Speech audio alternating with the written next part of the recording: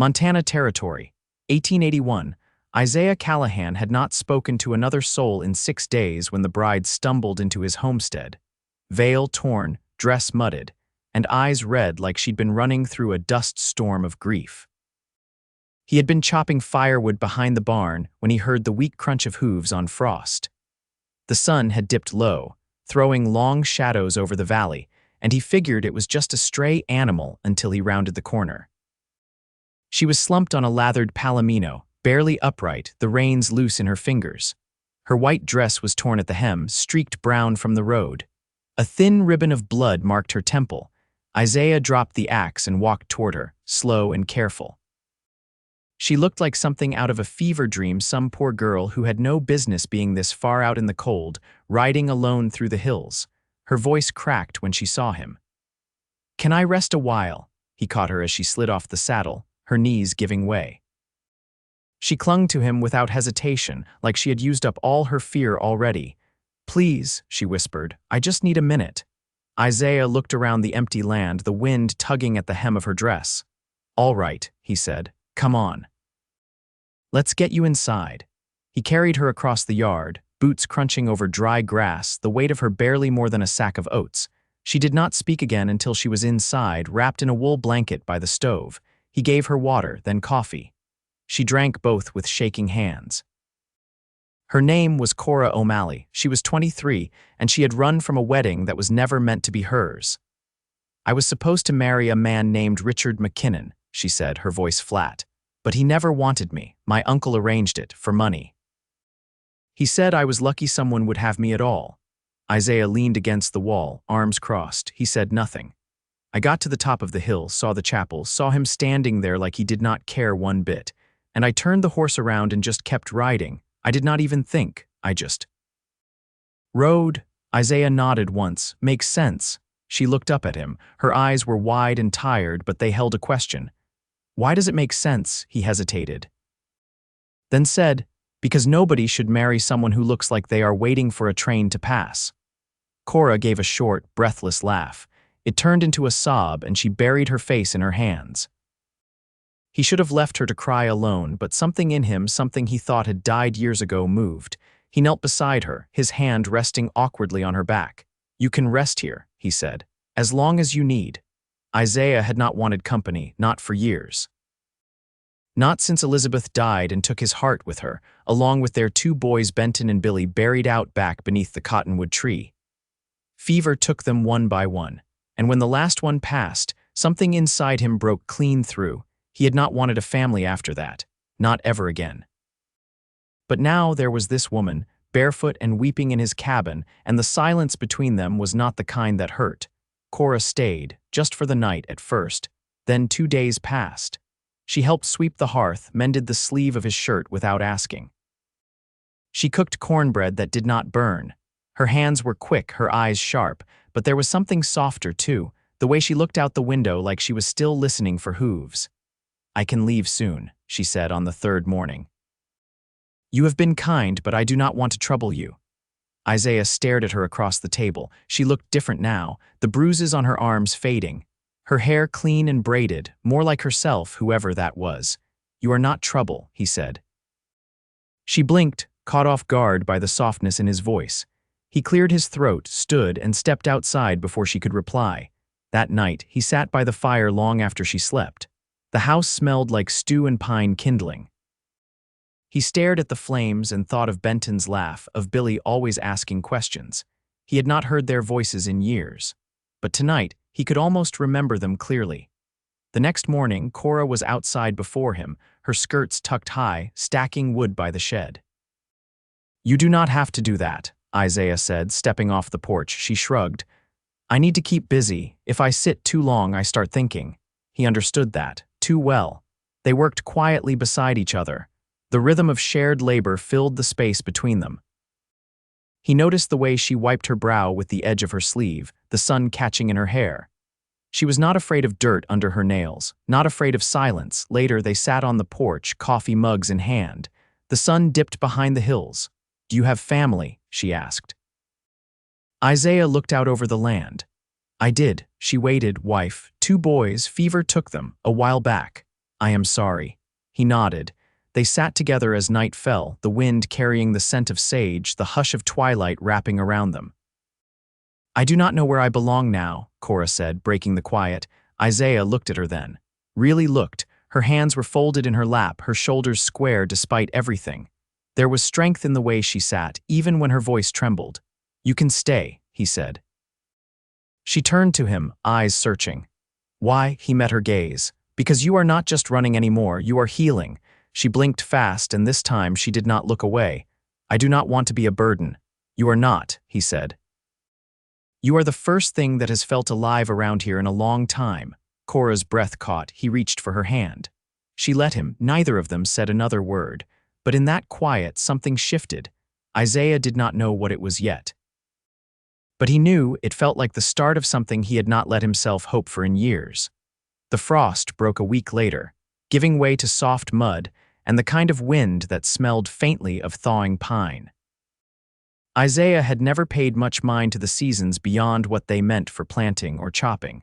But now he found himself watching the way Cora stood with her face tilted toward the sun, eyes closed. You always been out east? He asked one morning as they walked the fence line, checking for breaks where the elk came through. I was born along the Mississippi, she said, south of Hannibal. My parents died when I was 15. After that, I lived with my uncle and his wife in Kansas City. Isaiah nodded slowly. You ever see the river flood? Twice. Once it took the whole millhouse. I remember the way the water smelled like torn-up roots and rust. They came to a section where the rails had been pushed outward by a fallen limb. Isaiah set to pulling the split timber free while Cora steadied the post. Her hands were red from the cold, but she didn't complain. You ever think about going back there? He asked. She shook her head. There's nothing there for me. My uncle gambled away what little he had left. I think marrying me off was just another way to settle a debt. Isaiah looked over at her, the tendons tight in her jaw. You don't owe anyone your peace. Cora glanced at him, something unreadable flickering in her gaze. I don't think I ever had peace to owe. They worked in silence for a while, the hush of the valley broken only by the scrape of bark and the occasional snap of a twig underfoot. When the fence was mended, they walked the long way back, through the aspen grove where deer sometimes bedded down.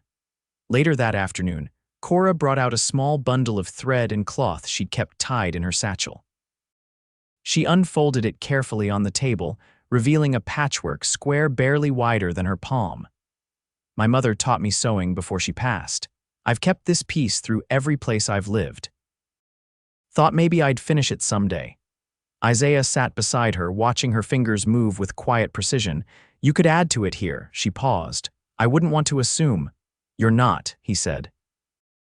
This place could use something with a bit of color. After supper, she stitched in the firelight, and he read from the old leather-bound Bible his wife had kept, though he hadn't opened it in years. The words didn't offer comfort exactly, but they didn't sting like they used to. When the oil lamp burned low, Cora folded the cloth gently and tucked it back into her satchel. Isaiah looked over at her. You sleep all right last night, better than I have in a long time, she said. I dreamt I was in a field of sunflowers. My mother was there.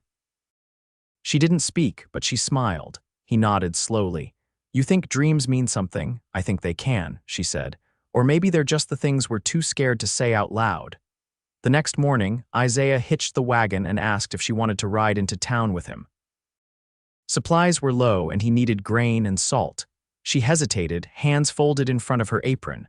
Someone might recognize me. They might, he said. But they don't get to decide who you are now. She climbed up beside him. On the ride into town, she kept her eyes on the hills, the wind tugging loose strands of hair from her braid. Isaiah didn't press her. They passed a pair of riders on the trail, but no one paid them much mind. At the general store, Cora stayed near the back, sorting through bolts of fabric and watching the door.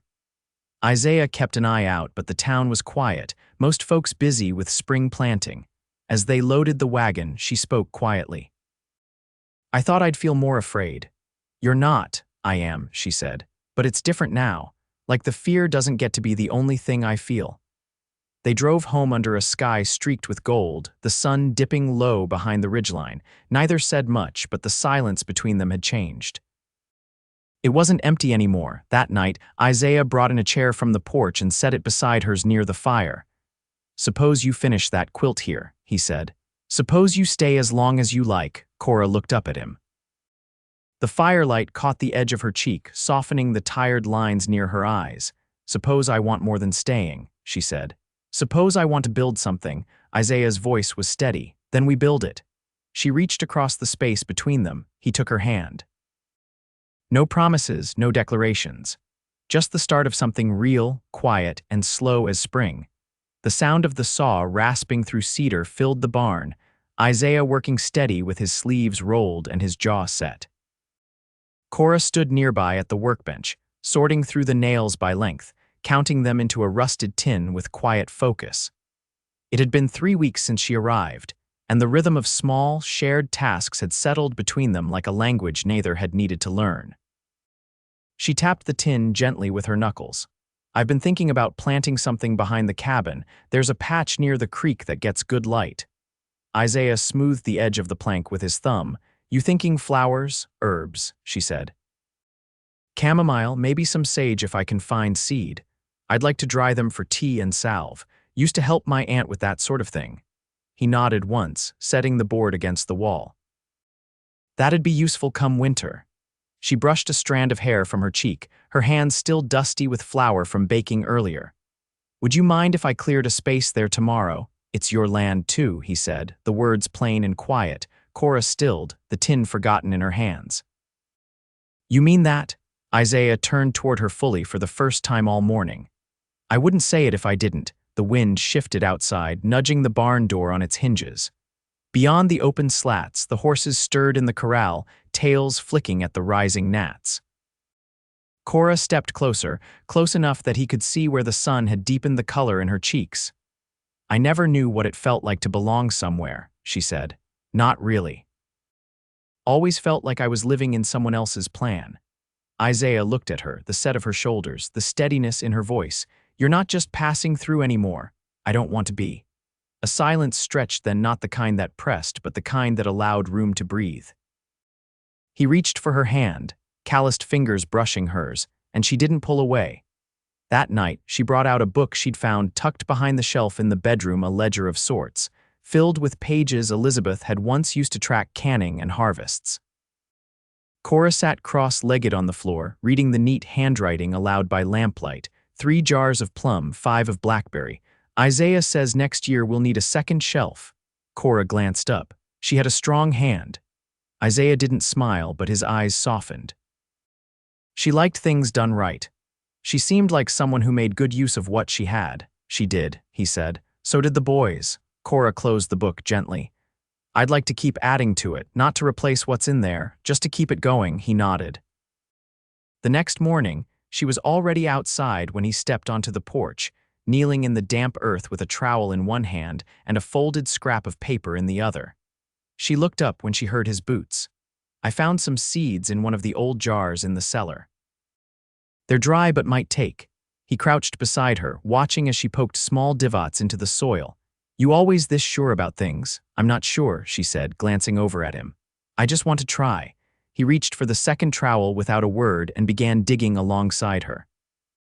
They worked until the sun hung high, and when they stood to stretch, her fingers were stained and her dress skirt marked with soil. She wiped her hands on her apron. "I was thinking we could build a bench out here, for when the plants come in. I've got some scrap pine in the shed," he said. "We'll need a level spot. I'll find one." The days lengthened. Rain came twice in soft, steady sheets, soaking the hillside and leaving the air heavy with promise. One evening, Isaiah returned from mending the pasture gate to find a kettle of stew waiting and Cora humming low under her breath as she stirred cornbread batter. "You hum when you're thinking," he said, setting his hat on the peg. "I didn't know that," I noticed. She poured the batter into the pan, cheeks flushed. Later, they sat close on the porch bench they'd built together, her knees tucked beneath her skirt, his arm resting along the backrest. The sky was streaked with lavender and orange, and the first stars blinked to life over the ridge.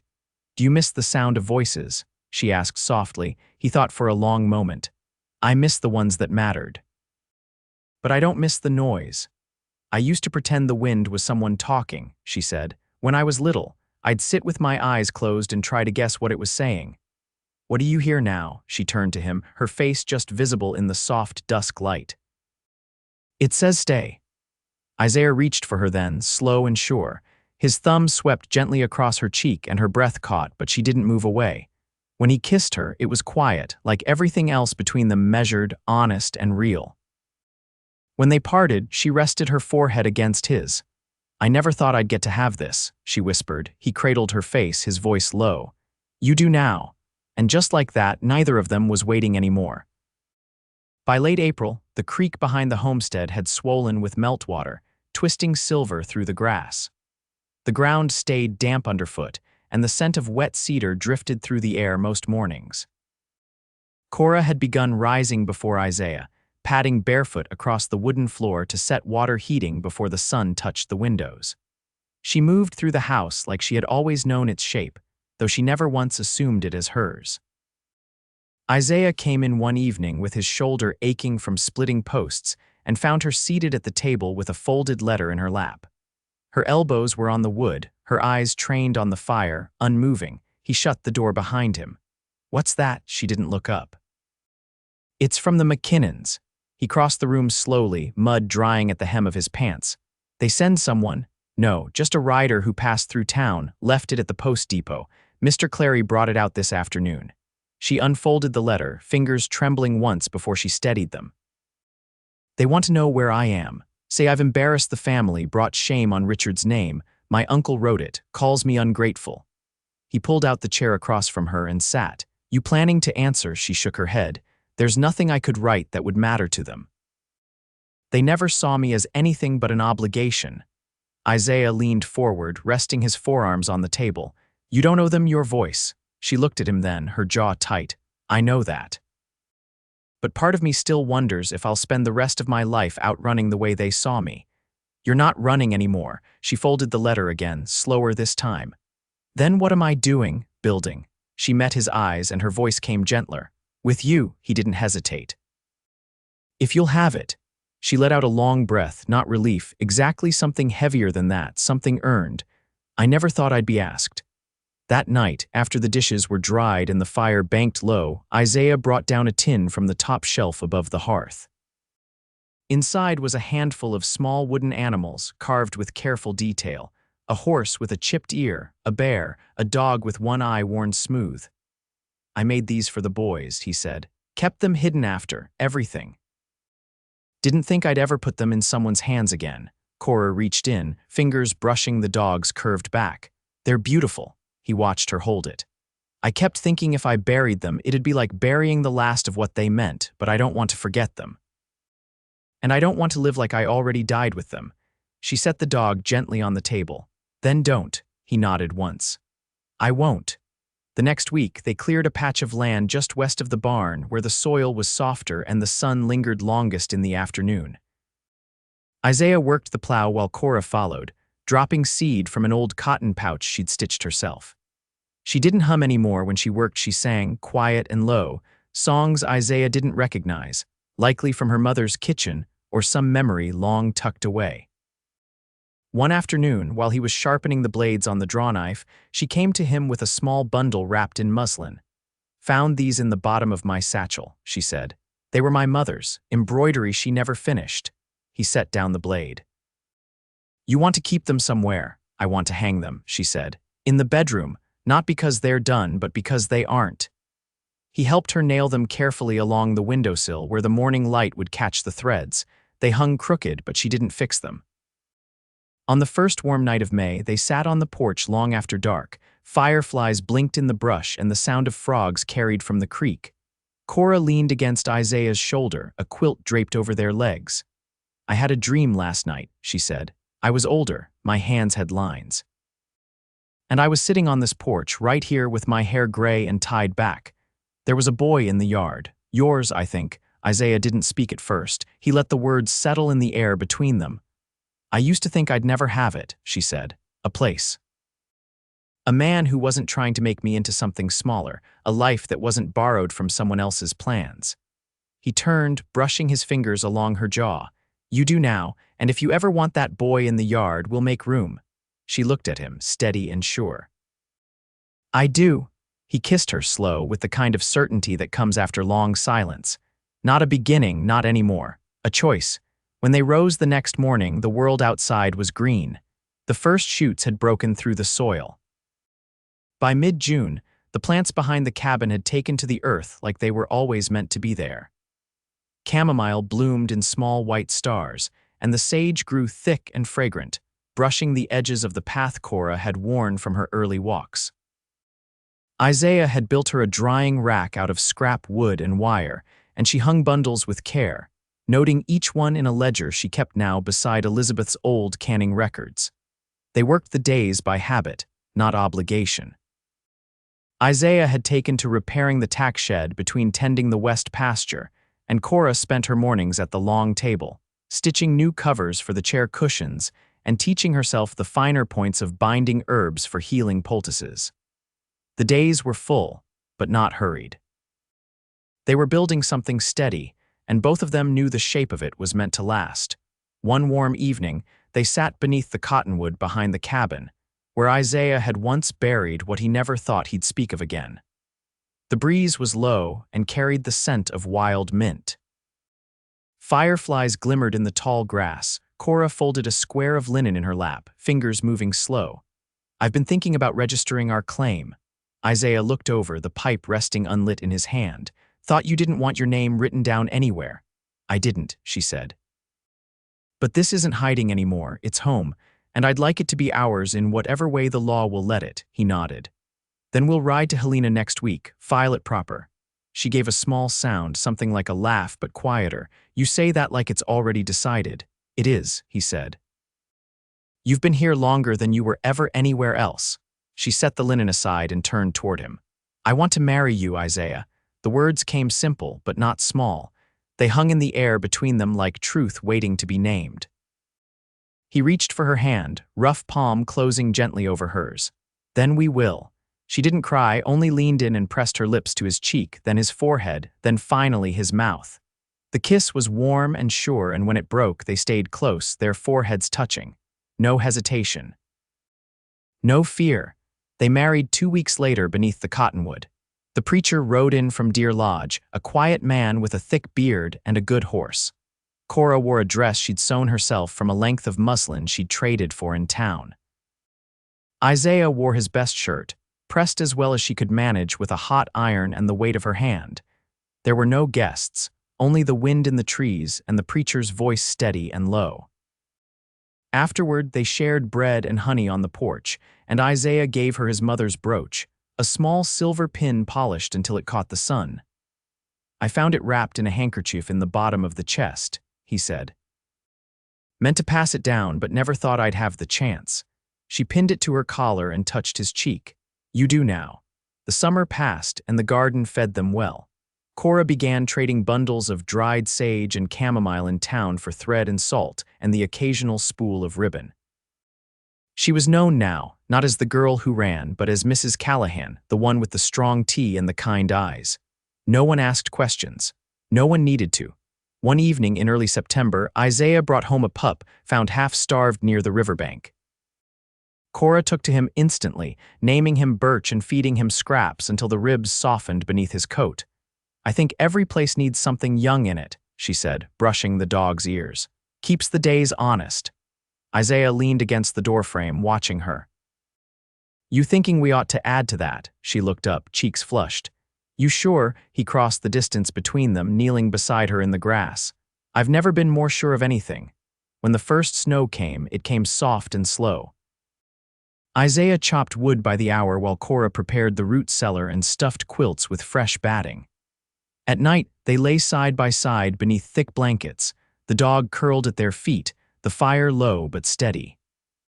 One night, as the wind pressed against the shutters, Cora shifted in the dark, her hand resting on Isaiah's. I feel them here sometimes, she whispered. The boys, not like ghosts, just like they'd be glad. Isaiah didn't speak. He only turned toward her and held her closer, his hand resting gently over her belly. By spring, the garden was already tilled, and the cottonwood had begun to leaf. Cora moved slower now, her steps more measured.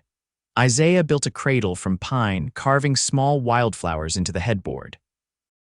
When the baby came, it was just them. He arrived before dawn, red-faced and strong-lunged, and Cora wept only once when Isaiah placed him in her arms and whispered, "He's got your eyes." They named him Elias. By the time he could sit up, the sage and chamomile were taller than his cradle, and Cora had added 3 new entries to the ledger, each marked with careful dates and notes in her neat hand. They were a family. Not borrowed, not broken, not waiting on anything more. And in the evenings, when the sun dipped behind the ridge and the wind turned soft through the cottonwood leaves, Isaiah would lift Elias high and Cora would laugh, and the sound of it would move through the valley like something whole. The land held their past, but it no longer carried their sorrow. It rooted them instead deep, steady, and unshakable.